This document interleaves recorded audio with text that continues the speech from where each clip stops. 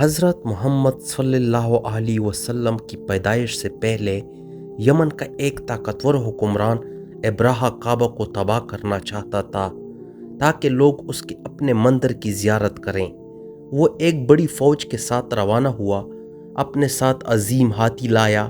مکہ کے لوگ بے بس تھے اور کعبہ کا دفاع نہ کر سکے، لیکن اللہ تعالیٰ نے اپنے مقدس گھر کی حفاظت فرمائی۔ اس نے ابابیل نامی چھوٹے پرندوں کے جھنڈ بھیجے جن کے پاس چھوٹے کنکر تھے۔ یہ کنکر ابرہہ کے فوج کو مکمل طور پر تباہ کر گئے۔ کعبہ محفوظ رہا، یہ ثابت کرتے ہوئے کہ یہ اللہ ہی کی حفاظت میں ہے۔ یہ واقعہ عام الفیل کے نام سے جانا جاتا ہے، وہی سال جس میں حضرت محمد صلی اللہ علیہ وسلم کی ولادت ہوئی۔